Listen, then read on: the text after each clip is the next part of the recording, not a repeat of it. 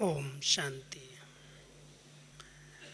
आज के विषय बारे में जो आपको कहा बताया गया, बहुत गहरा विचार करने योग्य और विशेष करके हम सभी ब्राह्मण आत्माओं के लिए एक सहज उन्नति का श्रेष्ठ साधन बन जाए, ऐसा ही एक सुंदर विषय आज लिया गया है। आप सभी इस ईश्वरीय विश्वविद्यालय की पढ़ाई बहुत सरल शब्दों में सुनते और पढ़ते आ रहे हैं। बाबा ने हम सबको जो रियल शब्द की परिभाषा सुनाई है, हम सभी जानते हैं कि जिस दिन से हम बाबा के बच्चे बने हैं, हमें अपने स्वस्वरूप की रियल स्मृति पहले पाठ में पढ़ाई गई है। तो आप सभी पहले अपने स्वस्वरूप में स्थित होकर के बैठ जाएं। हम सबको बाबा ने आत्मा की स्मृति, अपने सत्य स्वरूप की स्मृति दिला करके हमारे संस्कारों को रॉयल बना दिया। और जितनी जीवन के अंदर रॉयल्टी आती जा रही है, उतनी पर्सनैलिटी, हमारा व्यक्तित्व आकर्षित बनता जा रहा है। सबसे पहले हम अपने आदर्श पिताश्री प्रजापिता ब्रह्मा बाबा को सामने देखते हैं, जिन्हें ही हम सभी फॉलो कर रहे हैं, जिनके कदम पर कदम रखने की आज्ञा हम सबको मिली हुई है। नंबर 1 विश्व की पर्सनैलिटी वाली आत्मा साकार में प्रजापिता ब्रह्मा बाबा, जिनके चित्रों से भी आज तक हम उस पर्सनैलिटी का अनुभव करते हैं, उनके स्नेह भले रूहानी नयन, बहुत पवित्र शुद्ध दृष्टि हर आत्मा को अपनी ओर आकर्षित करती है। विश्व की नंबर 1 आत्मा, जिसको बाबा टाइटल देते ग्रेट ग्रेट ग्रैंडफादर, वो प्रजापिता ब्रह्मा जो सारी मनुष्य सृष्टि का आदि पिता है, उसके चेहरे से ही रूहानी पर्सनैलिटी का अनुभव होता है। साथ में मातेश्वरी जगदम्बा माँ के चित्र को भी अगर आप सभी देखें, भले हम सभी ने साकार पालना नहीं ली, लेकिन आज तक इनके अनुभव बाबा की मुरलियों के माध्यम से हम सभी सुनते रहते हैं। रिवाइज कोर्स में, उसमें बाबा अपने हिम्मत के कदम कैसे ब्रह्मा बाप ने उठाए, उसके अनुभव सुना रहे हैं। और उस अनुभव में हम आप सभी देखें कि जो बाबा ने हिम्मत का पहला कदम उठाया, अपने आप को समर्पित कर दिया शिव बाबा के आगे। बाबा कहते, अभी तो आप बच्चों के आगे बहुत सी आत्माएं एग्जाम्पल्स हैं, जो अपने घर गृहस्थ में रहते समर्पित रूप में चल रही हैं। बहुत से उदाहरण आपके सामने हैं। लेकिन वो समय जब शिव बाबा ने ब्रह्मा बाबा में प्रवेश किया और बाबा को नई दुनिया बनाने की प्रेरणा दी, बाबा के सामने कोई भी उदाहरण नहीं थे, एग्जाम्पल नहीं थे, लेकिन जो कुछ था, तन मन धन सब कुछ बाबा के आगे समर्पित करके एक ईश्वरीय विश्वविद्यालय की स्थापना कर दी। और इतनी ऊंची पर्सनैलिटी जो लौकिक में भी सभी बहुत मान सम्मान से बाबा को देखते थे। हीरे जवाहरात का धंधा और साथ में राजाओं के साथ बहुत अच्छे घनिष्ठ संबंध और बाबा के रॉयल संस्कार, उसके आधार से सभी बाबा को कहते थे कि बाबा आपको राजा होना चाहिए। वो रॉयल संस्कार बाबा के देख करके, वो बाबा की रॉयल्टी जिसके आधार से सभी सम्मानित करते थे। लेकिन जिस दिन से बाबा ने समर्पित किया और समर्पित करने के बाद शिव बाबा की आज्ञाएं ब्रह्मा बाबा के माध्यम से मिलना प्रारंभ हुई। आप सब ने इतिहास पढ़ा होगा, बाबा को कितनी गालियां खानी पड़ी, कितना सहन करना पड़ा, कितना विरोध हुआ। लेकिन बाबा अपनी ऊंची पर्सनैलिटी में कि किसका आर्डर है, किसका आदेश है, इतना निश्चिंत होकर के सब कुछ सहन करते हुए अंदर से बाबा को याद करते और चेहरे पर जरा भी तनाव, मुरझाइश, उदासी आने नहीं दी। वो चेहरे की पर्सनैलिटी को परिवर्तित होने नहीं दिया। चेहरे पर वही प्रसन्नता, वही मुस्कुराहट, वही नैनों में सब बच्चों के प्रति स्नेह कि अबोध हैं, अनजान हैं। उस पर्सनैलिटी का प्रभाव लौकिक में भी और अलौकिक में भी साकार में बाबा ने डाला और उसके प्रतिस्वरूप प्रतिफल हम आप सभी आज देख रहे हैं कि जिसका इतना विरोध हुआ आज उसको उतना ही अधिक रिगार्ड, इतना अधिक सम्मान चारों ओर प्राप्त हो रहा है। हर एक के दिल में बाबा बस रहा है और बाबा की दृष्टि जो चित्रों के माध्यम से भी हम सभी अनुभव करते हैं कि कैसे बाबा की वो स्नेह भरी मुस्कुराहट नैनों की झलक से दिखाई देती है। ये रूहानी पर्सनैलिटी की निशानियां हम सब देखते हैं।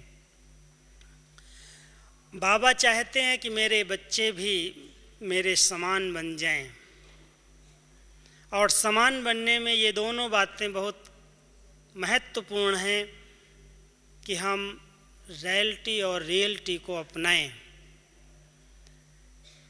जो रियलिटी है, जो बाबा ने हम सबको अपने स्वरूप की स्मृति दिलाई है, आप जो हो, जिसके हो, जिस स्वरूप में हो, उसी स्वरूप में स्थित हो जाओ। ये रियलिटी है, ये सत्यता है, क्योंकि आत्मा इस भ्रकुटी आसन पर सत्य स्वरूप में विराजमान है। असत्यता का प्रभाव हो गया। भले कोई कहते हैं मैं बहुत सच बोलता हूँ, लेकिन इस दुनिया में जब तक आत्म अभिमानी स्थिति वाली आत्माएं नहीं हैं तब तक वो पहला झूठ बोलती हैं जो अपने आप को ही नहीं जानती। और पहला झूठ है अपने आप को देह समझना। जब बाबा ने रियल स्मृति दिला दी कि आप एक आत्मा हो, पवित्र आत्मा, शुद्ध आत्मा हो, और आप किसकी हो, आपका असली पिता कौन है, इस स्मृति के आते ही आत्मा की दोनों क्वालिफिकेशंस, एक सच्चाई और दूसरी अविनाशी। सत्य के दो अर्थ होते हैं, सत्य माना सच और सत्य माना अविनाशी, जिसका विनाश नहीं होता। ये देह असत्य इसलिए मानी गई है क्योंकि ये खत्म हो जाती है, फिर नहीं लेते हैं। देह अभिमानी आत्माएं, देह समझने वाली सत्य नहीं बोल सकती, और हम सबको सत्यता की अथॉरिटी बाबा ने दे दी क्योंकि हम सभी अपने स्वस्वरूप को पहचान गए हैं और हमारा सबका कनेक्शन सत्य पिता के साथ है। इसलिए सत्यता की वो रियलिटी, वो रॉयल स्वरूप की स्मृति आ गई। इससे क्या हुआ, जो अनरॉयल संस्कार थे वो परिवर्तित होने लगे और जितनी सत्यता अंदर आती जा रही है, बोल में, चेहरे में, कर्म में, उसकी सबसे पहली बात निशानी के रूप में दिखाई देती है, जो अंदर है वो बाहर है। ऐसे नहीं हम सोचते कुछ हैं, हमारी वृत्ति में कुछ है, बोल में कुछ है और कर्म में कुछ और ही है। अगर हमारी वृत्ति, बोल और कर्म ये तीनों ही समान रूप में चल रहे हैं, जो संकल्प में आ रहा है, वृत्तियों में उत्पन्न हो रहा है, वही बोल निकलते हैं, वही कर्म होते हैं। अंदर एक और बाहर का रूप दूसरा नहीं है। तो ये संस्कारों में रॉयल्टी आती जा रही है। अपने आप असत्यता समाप्त होती जाती है, क्योंकि बनावट और मिलावट नहीं है। दुनिया के अंदर ये दोनों चीज़ें बहुत फास्ट गति से प्रवेश हुई हैं कलयुग में। कलयुग झूठ खंड है और इस झूठ खंड में हर आत्मा बनावट और मिलावट के चक्कर में आ गई है। कुछ न कुछ मिक्स कर रही है, बना करके बात करती है या मिला करके ही कुछ कहती और धंधे करती है। इसलिए असत्यता का साम्राज्य चारों ओर फैलता जा रहा है और इस असत्यता के साम्राज्य में सत्य स्वरूप आत्माएं, सत्यता के मार्ग पर चलने वाली आत्माएं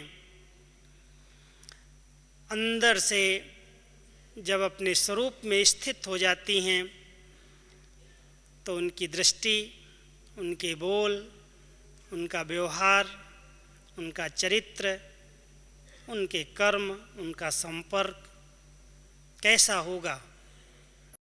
हम सभी बाबा के चरित्र से, बाबा की दृष्टि से, बाबा के बोल से ही कंपेयर कर सकते हैं कैसा होना चाहिए, क्योंकि हम सब के सामने बाबा ही एग्जाम्पल है और कहता है बच्चे सी फादर फॉलो फादर, और कोई को भी नहीं देखना।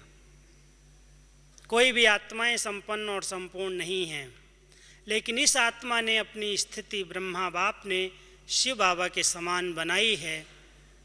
दोनों समान बन गए हैं हमारे सामने। इसलिए जैसे बाबा की वृत्तियों में हर आत्मा के कल्याण की भावनाएं हैं, नयनों में हर आत्मा के प्रति बहुत स्नेह समाया हुआ है, शुभ चिंतन है, बोल बाबा के एक एक सबको उमंग उत्साह दिलाने वाले हैं, आगे बढ़ाने वाले हैं। बाबा ने जो कुछ कर्म किया वो बाबा की याद में किया, इसलिए उसमें अहम की भावना नहीं है। मैंने किया, मैं करता हूँ। बाबा की पर्सनैलिटी को हम सभी फॉलो करें और फॉलो करके बाबा जैसे बन करके दिखाया वो सब संस्कार हमारे अंदर इमर्ज होते जाएं, बाप समान हम बन जाएंगे। तो सत्यता, जिसके अंदर सभ्यता हो, बाबा हमेशा कहता है ऐसे नहीं मैं सच्चा हूँ तो सच्चाई के साथ साथ झूठ बोलो, गुस्सा करो कि मैं तो सच बोलता हूँ, ये गलत है। झूठ बोलना भी गलत है, गुस्सा करना भी गलत है, या किसी के साथ विरोध रखना, वैर रखना भी गलत है। सच्चाई क्या है? अगर हमारे अंदर वो सभ्यता है, बोल में सभ्यता से व्यवहार चलता है, तो बाबा हमेशा एक नाम देते हैं, तुम सभी मेरे बच्चे सभ्यता की देवी हो। और सत्यता वाली आत्माएं जो सत्य स्वरूप में स्थित रहती हैं, वो कभी भी सत्य को सिद्ध करने का प्रयास नहीं करती। सत्य को सिद्ध करने की आवश्यकता नहीं है, क्योंकि सत्य के लिए कहा जाता है वो सूर्य के समान है। सूर्य को बादल कब तक ढक सकते हैं? अपने आप वो प्रत्यक्ष हो जाए, निकल आएगा बाहर। इसलिए जो सत्यता है उसको छिपाया नहीं जा सकता है, और इसमें छिपाने की भी बात नहीं है। लेकिन जितना मैं आत्मा अपने सत्य स्वरूप में स्थित रहती हूँ, उसकी प्रैक्टिकल निशानियाँ हमारे चेहरे और चलन से, चरित्र से दिखाई देने लगेंगी। कर्म इंद्रियाँ शीतल हो जाएंगी, शांत हो जाएंगी। बोल में वो रिस्पेक्ट, वो मधुरता आ जाएगा, किसी का अपमान और अभिमान दिखाई नहीं देगा। ये आत्मा इसका अपमान कर रही या हमारे बोल से किसी का अपमान हो गया, अपमान नहीं हो सकता। हर आत्मा को जो चाहिए हमारे द्वारा वो रिस्पेक्ट के बोल अपने आप निकलेंगे। इसलिए रियल स्वरूप में स्थित रहने वाली आत्माएं जो रॉयल बनती जा रही हैं, वो किसी के साधन, सुविधाएं, वस्तु, किसी भी चीज़ पर अपनी नज़र नहीं डाल सकती। आपने देखा होगा आज तक कलयुग में भी जो रॉयल घराने हैं और रॉयल घर के कोई बच्चे होते हैं जिनको माँ बाप हर बात में भरपूर करके रखते हैं, तृप्त करके रखते हैं, वो छोटे बच्चों की भी आँख किसी चीज़ पर नहीं जाती। अगर कोई चीज़ दो भी तो वो लेना नहीं चाहते, नहीं मुझे नहीं चाहिए। अगर कोई ऑफ़र भी करता है तो भी एक बार वो गर्दन हिला देंगे कि मुझे नहीं ज़रूरत है। किसी की चीज़ पर उनकी आँख नहीं जाती, मांगने के संस्कार नहीं होते, बहुत कम और धीरे बोलते हैं। रॉयल कुल की आत्माएं अधिक नहीं बोलती। जब आया जो आया बोल दिया, जो आया खा लिया, जो आया मांग लिया, जैसे आया पहन लिया। बाबा हम सबको मिसाल देते हैं आजकल के राजाओं की, लेकिन हम सभी तो कौन हैं? डबल सिरताज बनने वाले राजाओं के भी राजा। सत्युगी पर्सनैलिटी को आप हम सभी याद करें। आज हम आपको पूरे कल्प की ऊंची पर्सनैलिटी के ऊपर ध्यान खिंचवाना चाहते हैं। जब हम आप सब बाबा के साथ साथ थे, अनादि स्वरूप को अपने स्मृति में ले आओ। परम धाम में जो आत्माएं बाबा के साथ निवास करती हैं, कितनी उनकी चमक होगी, कितनी उनके अंदर रॉयल्टी होगी। हम सभी समीप के सितारे हैं। शिव बाबा चमकता हुआ सूर्य और उसके चारों ओर पहले अष्ट दिखाए हैं और अष्ट के साथ साथ देवता घराने की आत्माओं का अलग झाड़ है। हर एक सेक्शन, हर एक धर्म का सेक्शन अलग अलग उल्टे झाड़ में भी परम धाम के चित्र में भी दिखाया हुआ है। जो आत्माएं जिस धर्म की आई हैं इस सृष्टि मंच पर, जब वो वापस जाते हैं तो अपने अपने सेक्शन में ही प्रवेश कर सकती हैं, दूसरे धर्म के सेक्शन में वो घुस नहीं सकती। हम सभी जिनकी डायरेक्ट पालना हो रही है, ब्राह्मण आत्माएं, जिनको भगवान ने डायरेक्ट ब्रह्मा मुख से एडाप्ट किया है, अपना बच्चा बनाया है, पालना दे रहे हैं, पढ़ाई कर दे रहे हैं, श्रेष्ठ चरित्रवान बना रहे हैं, उनकी क्या रॉयल्टी होगी। और वो जब अपने घर में जाएंगी, हम सभी अपने घर में किस स्वरूप में होंगे, हमारी क्या चमक होगी। उस चमक को स्मृति में लाओ, शिव बाबा के साथ में बैठो कि आत्मा की वो कितनी पवित्रता होगी, कितनी लाइट होगी जब अपने घर में अनादि स्वरूप में थी। फिर जब इस सृष्टि मंच पर अवतरित हुई, देवता घराने के अंदर आई, वो पर्सनैलिटी क्या थी? जहाँ प्रकृति सतो प्रधान थी, काया कंचन थी, किसी भी प्रकार का रोग नहीं था, कोई संबंधों का खिंचाव नहीं था, कोई बंधन नहीं थे। संपूर्ण पवित्र स्वच्छ निर्मल आत्मा, जिसको इतनी कंचन काया, सुंदर काया प्राप्त हुई, तन कितना सुंदर मिला, सतो प्रधान। और मन की स्थिति कैसी होगी देवताओं की? अपने देवता स्वरूप को स्मृति में सभी लाते जाओ। मैं जो बोल रहा हूँ सिर्फ सुनना नहीं, लेकिन इसको सुनते सुनते अपने स्वरूप में स्थित हो जाओ। जब मैं आत्मा देवता थी तो तन की पर्सनैलिटी कैसी थी, कितनी उसके अंदर सुंदरता थी, कितनी चमक थी, कितनी रूहानियत थी, किसी भी प्रकार का दाग नहीं था, कोई रोग नहीं था, कंचन काया थी। मन कितना प्रफुल्लित होगा, मन कितना स्वच्छ होगा, मन कितना निर्मल होगा, वो देवताई स्वरूप के मन को स्मृति में ले आओ। धन से कितने भंडारे भरपूर होंगे, कुबेर के खजाने गए हुए हैं। और बाबा कई बार कहता, कारों के खजाने के आप सभी मालिक थे। अथाह धन था, संपत्ति थी, कोई उसकी गिनती नहीं, कोई उसका तौल और हिसाब नहीं था। अथाह धन संपत्ति थी, सब प्रकार के वैभव संपन्न थे, इसलिए देवताओं की आंख किसी के ऊपर नहीं डूबती। कोई से कुछ चाहिए नहीं, सबको देने वाले थे। देवता माना ही देने वाले। उस स्वरूप को स्मृति में लाओ कि तन कैसा होगा, मन कैसा होगा, धन कितना होगा और संबंध कैसे होंगे, संपर्क कैसा होगा। वो पर्सनैलिटी हमारी थी, हम सब की थी। ऐसी रूहानी पर्सनैलिटी जो देवताओं की थी, वो वर्तमान समय के आधार पर बनी। जितनी जितनी इस संगम युग पर हम सब आत्माओं ने पवित्रता को धारण किया, सबसे ऊंची पर्सनैलिटी। दुनिया की पर्सनैलिटी आज के पोजीशन वाले, धन वाले, जिनका गिनीज बुक में नाम आ गया, जो हु इज हु में आ गए, वो नाम नहीं, वो पर्सनैलिटी नहीं। आपका नाम कहाँ पर है? कहाँ पर है आपका नाम? किस बुक में है? आपके नाम के कितने शास्त्र बने हुए हैं और उन शास्त्रों की कितने प्यार से सभी पूजा कर रहे हैं। कितने शास्त्र बने हुए हैं, विचार करो। गोपियों के रूप में आप सबका कितना गायन कर रहे हैं, कैसे कैसे नाम ले करके पूजा कर रहे हैं शास्त्रों को। हमारे जहाँ नाम छपे हुए हैं, उन सब शास्त्रों को भी विधि पूर्वक पूजते और परिक्रमा दिलाते हैं। हमारी साधारण बुक में नाम की ज़रूरत नहीं है।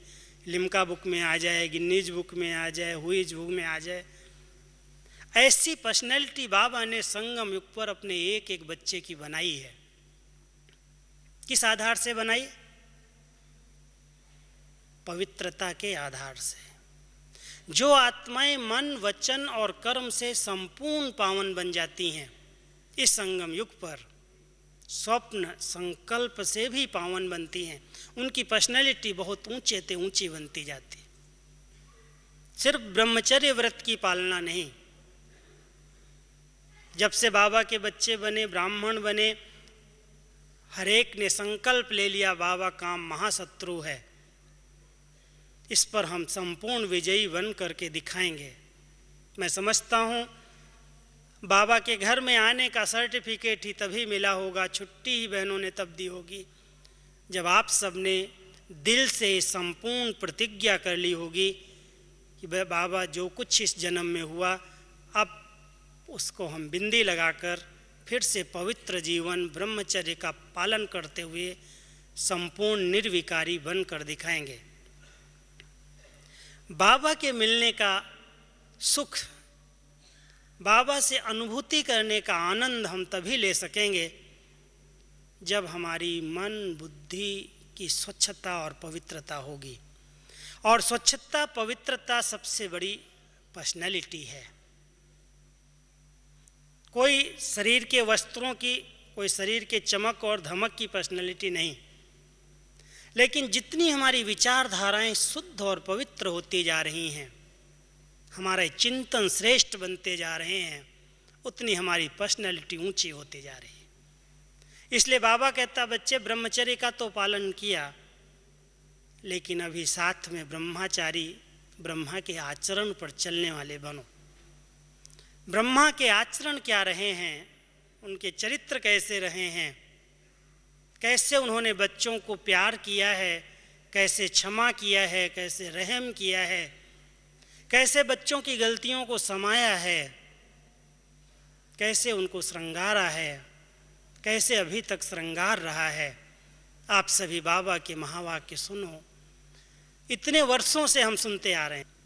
मुझे याद है जिस दिन से मैं मधुबन में आया हूँ, बाबा अगर 14 घंटे 18 घंटे भी दादी के तन में रहे तो मैं पूरा टाइम बैठ करके नोट्स लेता था।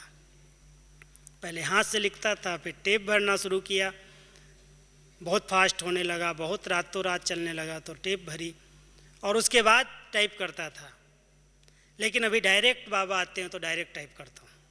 इस अव्यक्त पार्ट में हम सभी सीख रहे हैं बहुत बाबा की प्यार की पालना। इतना रहम है, इतना स्नेह है। अगर कोई गलती करके भी बच्चा आ जाता है बाबा के सामने तो भी उसको उमंग दिलाता है, उत्साह दिलाता है, उसकी विशेषताएं सुनाता है और फिर से आगे बढ़ने के लिए बहुत प्यार कर देता है, सम्मान दिला देता है स्मृति में। ऐसे नहीं कहता तूने गलती कर ली, तुम क्यों यहाँ आ गया, फिर भी माफ़ कर देता है। इतने वर्षों से बाबा की ये पालना हम सभी देख रहे हैं, अनुभव कर रहे हैं। कैसा बाबा का रहम और स्नेह का स्वरूप है, कितनी ऊंची पर्सनैलिटी है ये सब बाबा की, कि हर बच्चे को बच्चा समझ करके संभाल लिया, क्षमा कर दिया, रहम कर लिया। ऐसी पर्सनैलिटी हम सबकी बन जाए कि हम किसी की कमियों पर ध्यान न दें, ये रॉयल्टी आ जाए। कोई कैसा भी है, हर एक पुरुषार्थ कर रहा है, हर एक अपनी कमियों को छोड़ना चाहता है, हम उसको शुभचिंतक बन करके मदद दें, उसको सहयोग दें जिससे वो मुक्त हो जाए।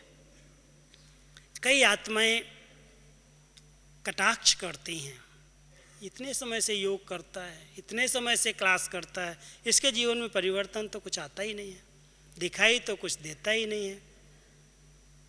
बाबा कहता है कटाक्ष करना, किसी की बात को कट कर देना।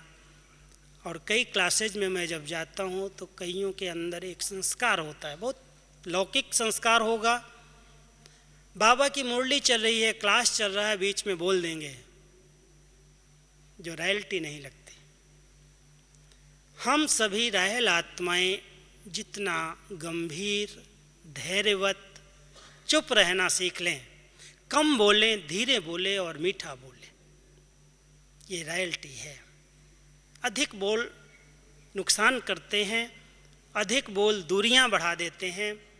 इसलिए बाबा हमेशा कहता है बच्चे, जो आवश्यक बोल हैं, युक्ति युक्त बोल हैं, दूसरों को आगे बढ़ाने वाले हैं, उमंग दिलाने वाले हैं, वही बोल बोलो, ये तुम्हारी रॉयल्टी है।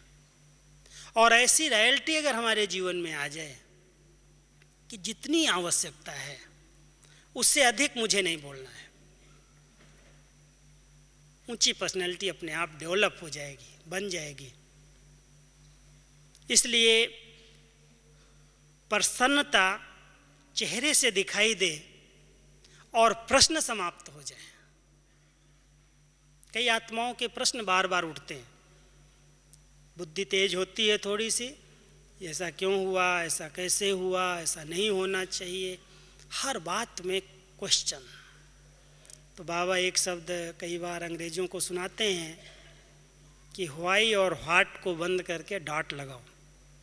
क्यों और कैसे क्यों करते हो, बिंदी लगाना सीखो, डॉट लगाना सीखो। और अगर डॉट लगा दिया तो बिंदु स्वरूप में स्थित हो सकते हो, बाबा को सहज याद कर सकते हो। तो जो रूहानी पर्सनैलिटी वाली आत्माएं हैं वो हर प्रश्न से मुक्त रहती हैं, क्योंकि हर प्रश्न का समाधान बाबा की मुरलियों में मिल रहा है। प्रसन्न चित्त स्थिति हमें बनानी है, न कि प्रश्न चित्त। सब प्रश्नों का उत्तर बाबा ने हम सबको दिया है नथिंग न्यू के रूप में, ड्रामा का यथार्थ ज्ञान दे करके, हर आत्मा की पार्ट की समझ दे करके हम सबको बिल्कुल निश्चिंत बनाया है। बाबा कहता है निश्चित निश्चिंत। अगर निश्चिंत हैं तो कहेंगे निश्चय बुद्धि है। जैसे बाबा अपना मिसाल देते हैं कि कितना निश्चिंत बाबा थे। बाबा ने बेगरी पार्ट का एक दृष्टांत बताया है कि इतने सब बच्चे खाने वाले बैठे हैं और भंडारी के अंदर कुछ भी नहीं है। पूछ रहे हैं बाबा अभी दोपहर में क्या भोजन बनेगा, पैसा ही नहीं है। और बाबा बेफिक्र बादशाह कि ये यज्ञ किसका है, बच्चे किसके हैं, खिलाने वाला कौन है, मैं क्यों चिंता करूं। इतना निश्चिंत बेगमपुर का बादशाह कोई फिक्रात नहीं है। समय पर मनी आर्डर आया, समय पर पैसा आया, अनाज आ गया, आटा आ गया, रोटी बन गई, सब कुछ हो गया, लेकिन चिंता नहीं की। हम सभी भी बाबा के समान स्थिति कैसे प्राप्त करेंगे? हम सभी चाहते तो यही है ना कि हम बाबा जैसा बन जाएं। हर एक कहता है हम बाबा के समान बन जाएं। अगर हमारे संस्कारों में दिव्य गुण प्रवेश करते जाएं और हमारा संपूर्ण ध्यान इन दिव्य गुणों पर है, और ये दो मुख्य गुण जो हैं जिन पर आज हमें बोला गया, इस पर अब क्लास कराइए। मैं सोच रहा था बाबा ने तो हम सबको ऐसी श्रेष्ठ अथॉरिटी दी है, लेकिन अथॉरिटी देते हुए भी इतना निरहंकारी बनना सिखा दिया है।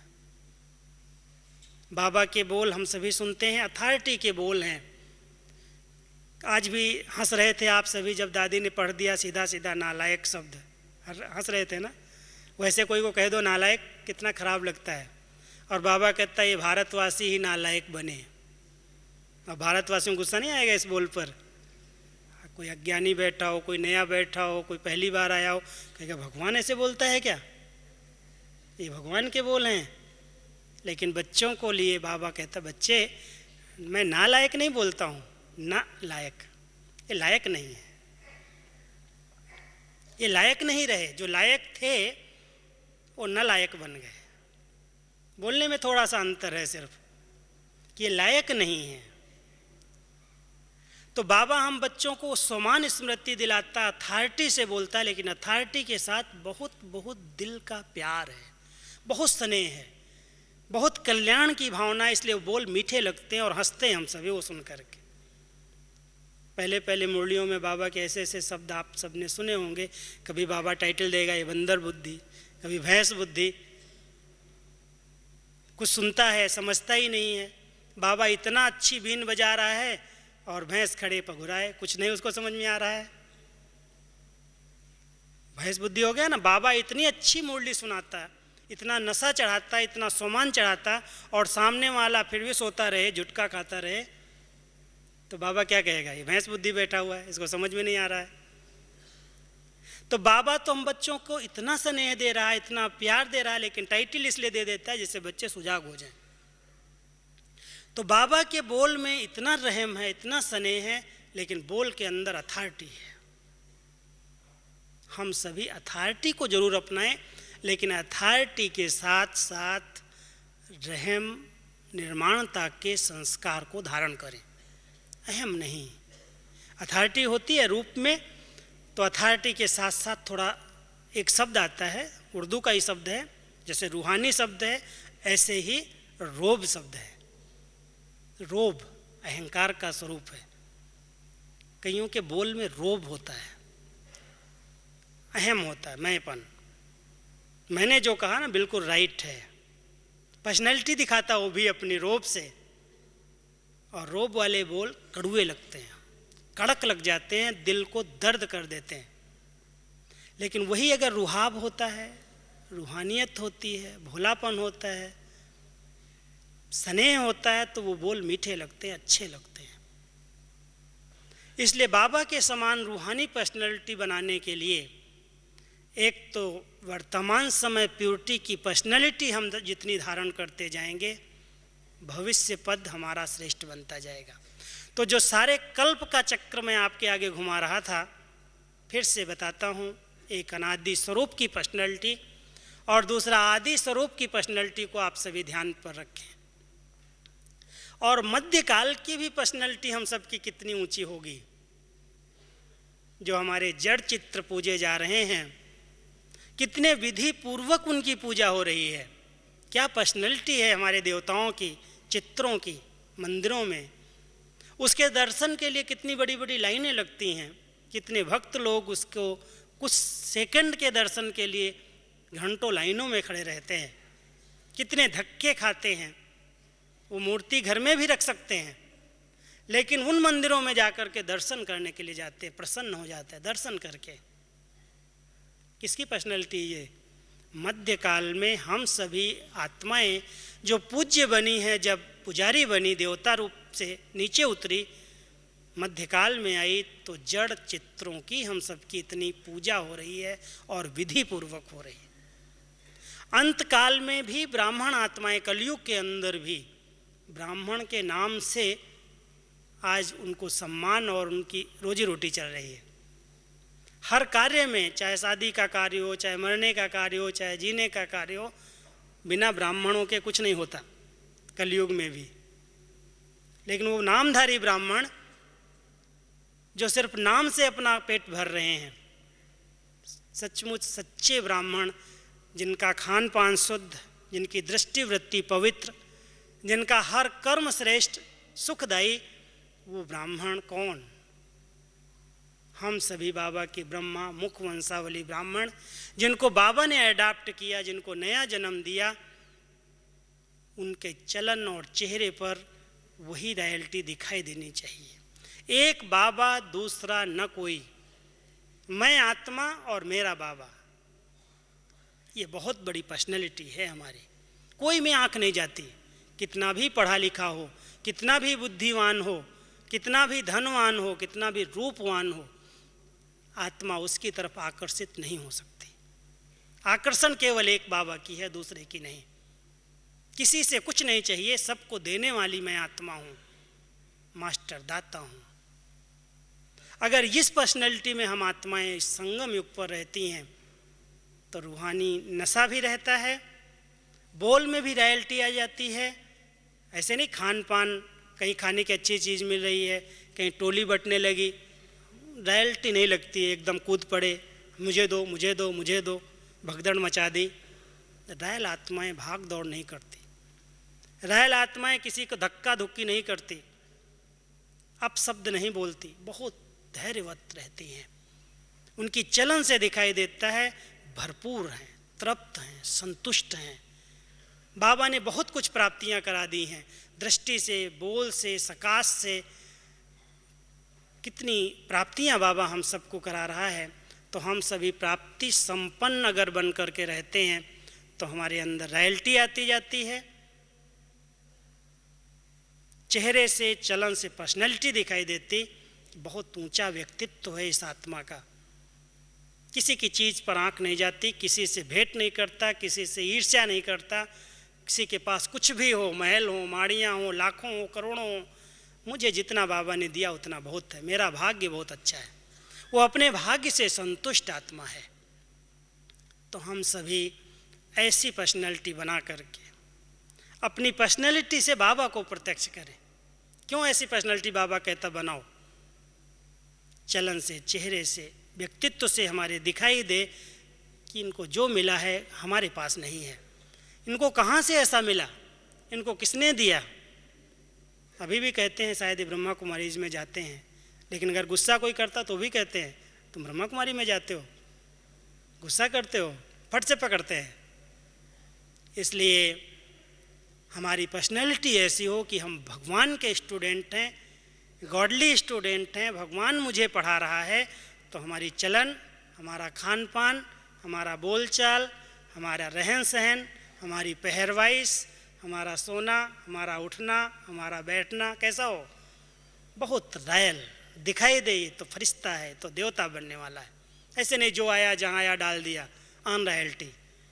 स्वच्छता सबसे बड़ी रॉयल्टी है, सत्यता सबसे बड़ी रॉयल्टी है। तो ऐसे रॉयल संस्कार धारण करके हम अपने व्यवहारिक जीवन से रॉयल संस्कारों के आधार से बाबा को प्रत्यक्ष कर सकते हैं। ओम शांति।